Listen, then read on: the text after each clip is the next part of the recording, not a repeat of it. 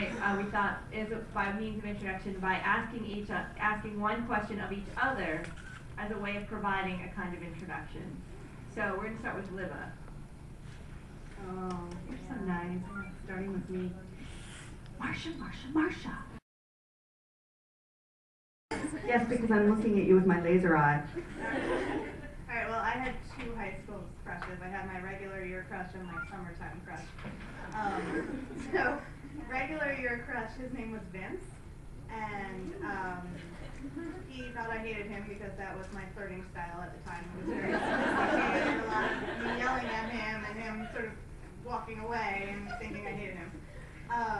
And I know what he's doing now because I ran into him again at our high school reunion last year, and it was all very romantic, and we're in the parking lot, and I was like, well, I used to have a crush on you, and like in a book then we would have made out, but in real life I was like, who knew you were so boring? He's in business school, and he's like a really nice guy in case this ends up on the internet.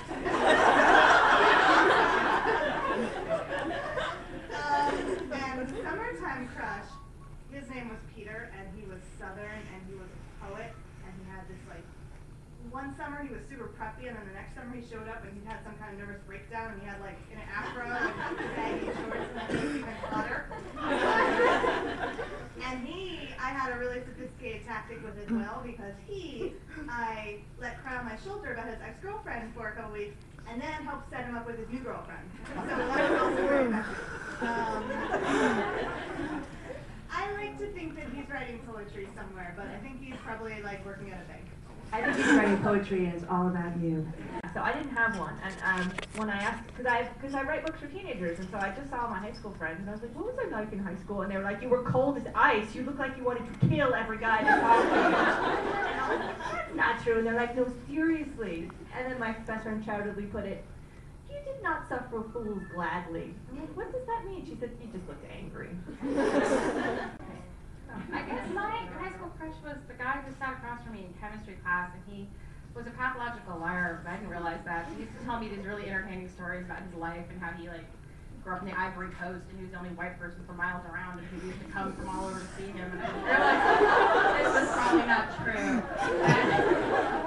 So I actually do know what happened to him. His name was Dan, but I'm not going to tell you his last name because I googled him, and he has a very unusual last name, and so I discovered that he had become Amish. And that he had been... You know how to pick them. I don't know if you can just become Amish, or if he had Amish relatives, or there was something else involved, but the only report of a guy named Dan with his last name was of a guy in Pennsylvania who was Amish and got in a drunk accident in which he rammed his buggy into somebody. So I don't really feel like I missed out by him actually telling him that I liked him.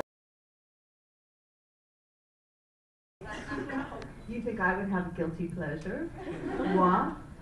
You mean Faulkner. If Jacqueline Suzanne wrote Faulkner, which is kind of what Valley of the Dolls is, and I read that sucker twice. I think my mother didn't know that I actually had that book, you know? It was like, I think I was 12, and I read it cover to cover. I had no idea what was going on in that book, except that it was very glamorous and very tragic. And really, you know, at 12, those were the extremes of my life. Glamour, tragedy. And glamorous tragedy was pretty much, that's going to be the name of my band, by the way. Glamorous tragedy. So Valley of the Dolls, and the other is a movie that I could watch again and again. And in fact, I do watch it again and again. That's really why my books are late. I just stop and watch The Warriors. Can you dig it? Please tell somebody gets that reference. Just raise your hand. Thank you. Yes. Awesome. Not to play.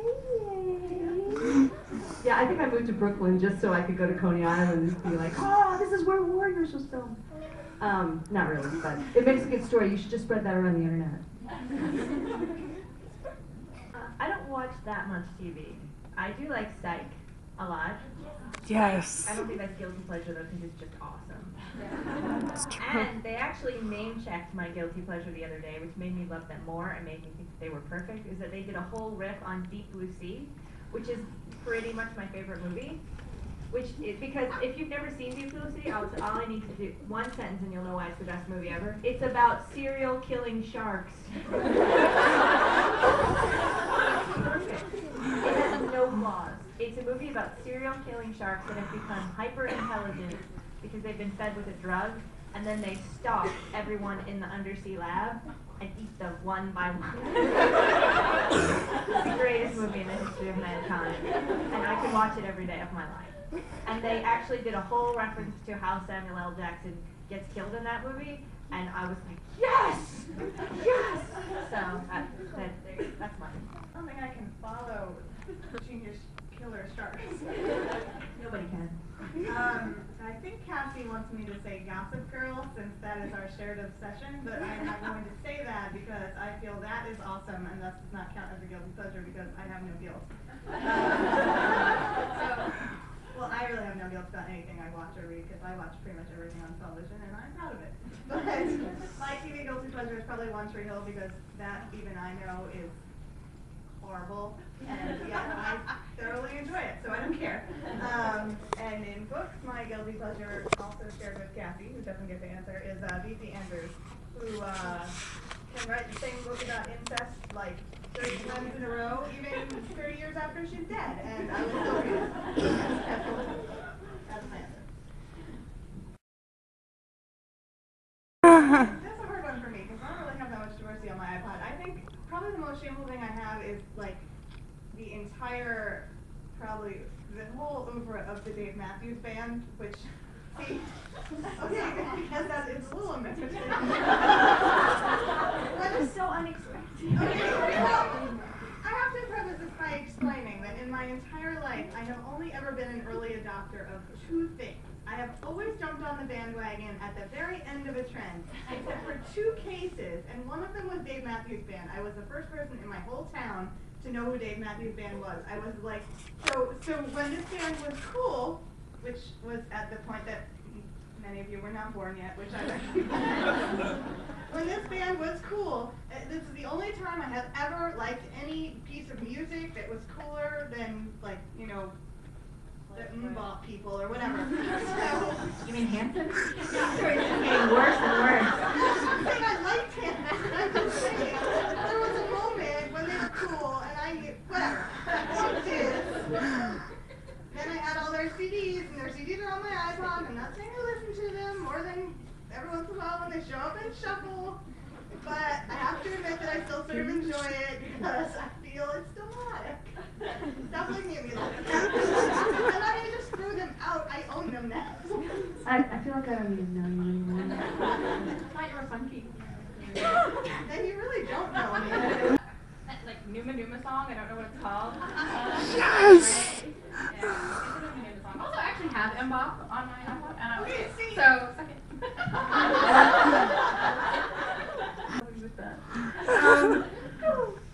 Okay, well, I feel like I need to preface this by saying that I have a 10-year-old, and Uh-oh. Thank you.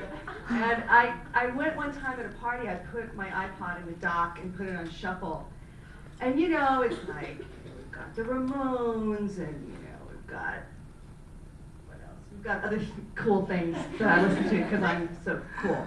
And Cheap Trick, yes. Not that I saw them 7 times or anything. And not that I was a dork. Actually, is funky. I think. So I have this in my dock, and we have a party, and all of a sudden I hear, "To be a master, Pokemon master." And I'm like fumbling, but that's not mine. That's not mine. And you know, when you spend a whole party having people go, "I choose you, Pikachu." Okay, that was funny the first 12 times, not anymore. Right. Besides, I think I want to be a different Pokemon. I'm not really feeling the Pikachu love. So certainly that. But since I didn't choose that, I feel like I have to also call myself out for something that I personally downloaded from iTunes, and I'm just gonna say, Xanadu.